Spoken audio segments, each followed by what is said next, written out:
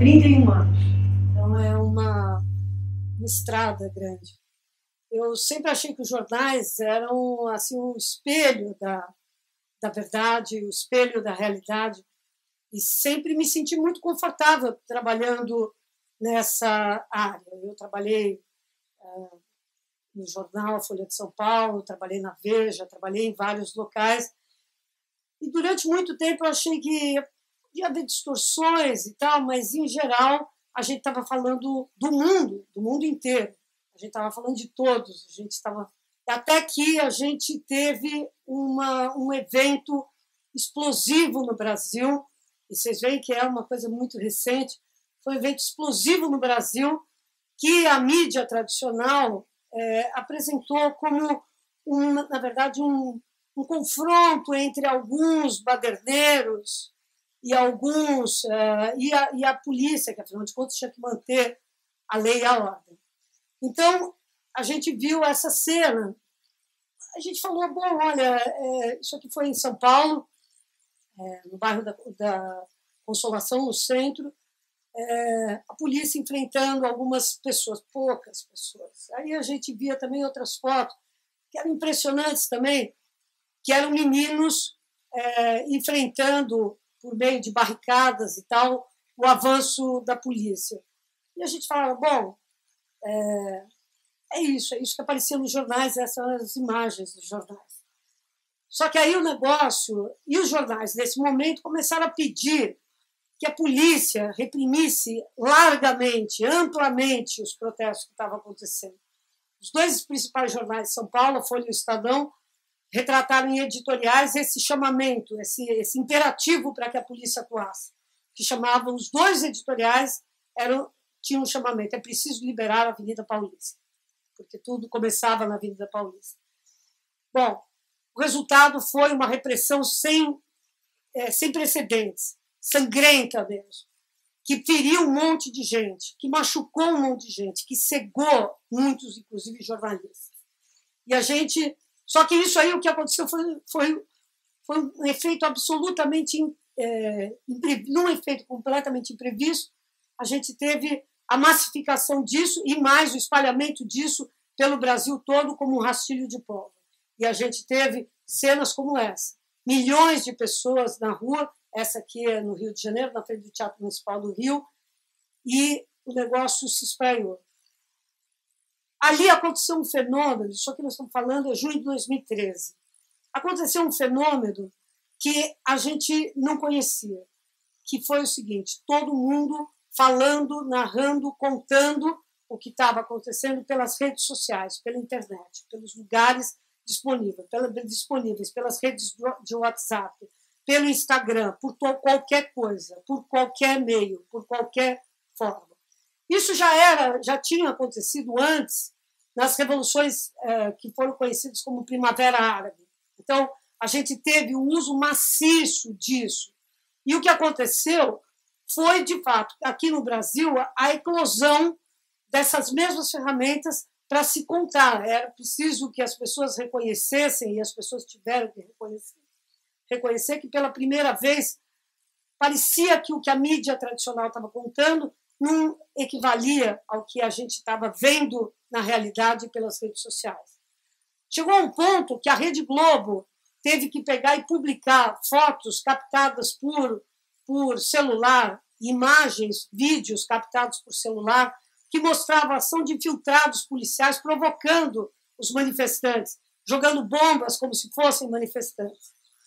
Bom, aquilo lá foi a consagração da mídia alternativa e dessa mídia digital e essa mídia nova no Brasil.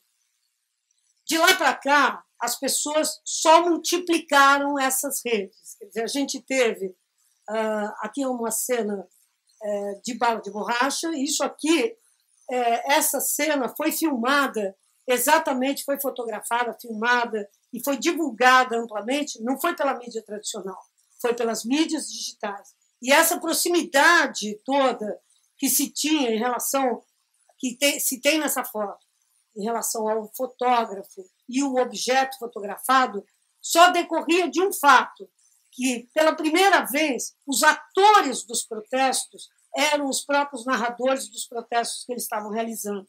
Então, isso era uma novidade. Enquanto isso, eu não sei se vocês se lembram, a mídia tradicional estava aterrorizada em cima dos telhados, porque tinha medo de chegar perto das manifestações, porque já que eles tinham pedido à polícia que a polícia reprimisse os protestos falavam, bom, não queremos vocês tão perto, então filme de longe.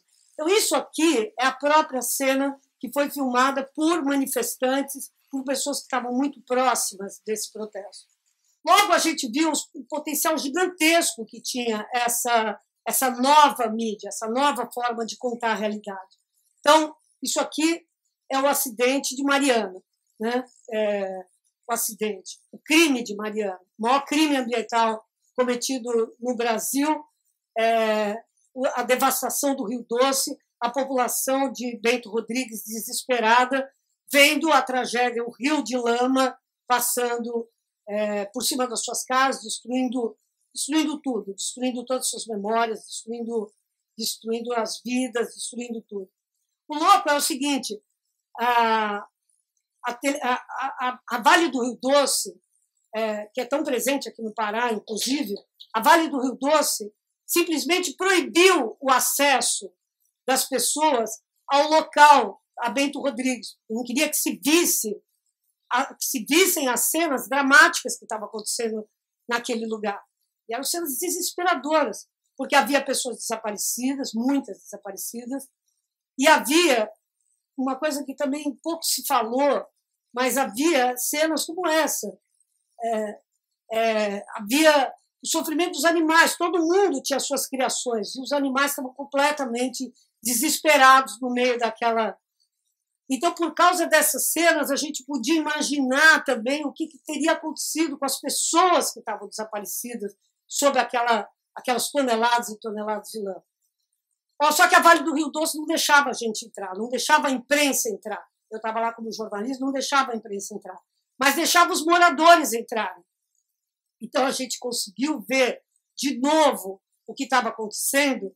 Por quê? Porque os moradores, armados com os seus celulares, armados com aquilo que tinham, entravam lá dentro, porque a eles era permitido fazer isso, entrar para tentar achar alguma coisa deles mesmos. Eles pegaram e foram documentando. E foi graças a esses caras que a gente pôde conhecer um pouquinho mais de perto aquela realidade. Não só o poder público, como a polícia, como a mídia tradicional, estava todo mundo muito confortável frequentando os carpetes, como sempre, as salas refrigeradas, como sempre, os gabinetes das entrevistas coletivas, como sempre. Mas o sofrimento da população, o sofrimento dessas pessoas que trabalharam como loucas no resgate, isso só a população pôde ver. E a gente pôde ver porque a população estava armada com essas máquinas maravilhosas que a gente usa todos os dias. Isso aqui é uma outra tragédia que aconteceu em São Paulo, a reintegração de Poços, o despejo da população do Pinheirinho, uma comunidade que era uma ocupação de terra gigantesca, com um monte de famílias e tal, que também foi violentamente tirada do seu lugar, não por um tsunami de lama, mas por um tsunami de cacetetes e de balas de borracha e de bombas e tudo mais. Então, esses caras também saíram. Quem registrou essas coisas foram essas populações. Bom, nós começamos a ver que era preciso, então, que a gente separasse as coisas um pouquinho melhor. Quer dizer, as redes sociais mostravam, com essa forma, todo o potencial que elas tinham, potencial gigantesco que elas tinham de pegar e transformar cada vítima, cada pessoa, cada ator, cada cidadão, cada homem, cada mulher, cada criança num narrador. Mas era preciso que a gente desse um passo atrás para que a gente visse que não só as redes sociais tinham coisas maravilhosas, mas tinham tragédias também, entendeu? Quer dizer, não só tragédias como essas que eu estou mostrando, mas tragédias muito feias que dizem respeito à exploração sexual de meninas e meninos, a cenas que só incentivam o sadismo, a mentiras flagrantes, quer dizer, o que tem de falsificação na internet é uma abundância. Então, a gente chegou e falou, olha, nós precisamos pegar e criar uma ilha de credibilidade e de compartilhamento dentro da internet. Não adianta a gente pegar e só colocar, porque vai ter quem vai falar, isso foi montagem, isso não existiu, isso não aconteceu, isso é mentira, isso não sei o que lá. E a gente sabe que há boas razões para duvidar, porque há muita informação falsa mesmo na internet. Então, nós resolvemos criar uma ilha de credibilidade, uma ilha ética dentro desse mundo das redes sociais. E aí nós criamos, há 2 anos, exatamente, criamos Jornalistas Livres. Os jornalistas livres partem da ideia que é isso mesmo, que é livre, livre mesmo, qualquer um pode ser. O único compromisso que a gente tem é o compromisso com a verdade, compromisso absoluto com a verdade. Ou seja, aqui não se manipula a informação, aqui não se mexe, não se maquia, não se ilumina melhor, não se faz, não se glamouriza. Aqui se mostra o que se mostra. O que nós começamos a fazer a partir daí foi ministrar oficinas em populações carentes e populações vulneráveis, para que essas pessoas mesmas pudessem contar suas histórias. Então, nós fomos ensinar como gravar com o celular. Você pode gravar com o celular, pode gravar bem, pode gravar mal. Você pode gravar com um som melhor ou com um som pior. Como você faz? E depois, como é que você edita? Quais são as ferramentas? Eu, quando comecei no jornalismo, para você editar alguma coisa, você precisava de uma ilha de edição, você precisava de um monte de coisa e tal. Hoje em dia, com um programa que você baixa no seu celular, você edita, faz uma linda edição, sobe na internet e isso aqui amanhã está disponível, amanhã, em 15 minutos está disponível, 15 minutos literais está disponível dentro da rede. Então, nós começamos a ver o potencial gigantesco que tinha isso. Aqui, por exemplo, é uma cena que foi filmada, de uma reintegração de posse, que foi filmada por esses próprios moradores ali. Isso aqui foi uma tentativa de invasão do MST, o Movimento dos Trabalhadores Rurais Sem Terra, em São Paulo, durante um encontro que eles estavam fazendo, simplesmente a polícia achou de entrar, entrou assim, ameaçando os caras e tal, e levou alguns caras presos. Imediatamente, isso é que eu acho que nós estamos vivendo, essa época gloriosa do jornalismo, que é a possibilidade de o cara sacar a câmera e começar a filmar. E começar a filmar e saber para onde que manda. Quer dizer, para onde que eu mando essa foto? Porque a gente se localiza nas redes sociais, as pessoas colaboram autonomamente. Eu quero ser colaborador agora, porque está acontecendo uma coisa aqui. Então, isso mudou completamente a versão da história. Nós temos hoje não a possibilidade de ter 200 jornalistas, como tinha, por exemplo, a redação da Folha de São Paulo, ou 80 jornalistas, como tinha a redação da Veja, mas a gente tem milhares e milhares e milhares hoje de jornalistas espalhados pelo Brasil todo, narrando cada coisa que acontece em cada lugar, em cada esquina, em cada momento. Eu queria dizer que eu acho que a gente está no momento que a gente tem que juntar forças, porque a gente está vendo que o negócio é coexistir mesmo, não tem muito jeito. Nós vamos ter que aprender a coexistir nesse planeta de tantas diversidades. Agora, não adianta a gente ficar na nossa bolha. A bolha da internet, a gente sabe que eles fizeram esses programas, o algoritmo do Facebook é isso, é um algoritmo que coloca a gente falando com a gente mesmo. Então, eu que sou, por exemplo, eu sou vegetariana, se eu quiser, eu fico numa bolha que eu vou ter a impressão de que 100% da população do planeta é vegetariano, porque só vai entrar na minha página as pessoas, ou os ativistas de bike. Se eu pegar e ficar na minha bolha da bike, eu só vou falar com os ativistas de bike. Então, a gente corre o risco de, em vez de dialogar, a gente ficar falando só para os convertidos. Essa é a maior ameaça que nós vivemos hoje nessa cultura de redes. Então, nós precisamos fazer redes que sejam redes múltiplas, que falem de bicicleta, que falem de meio ambiente, que falem das coisas bacanas, que falem de permacultura, que falem de direitos humanos, que falem juntos uns com os outros.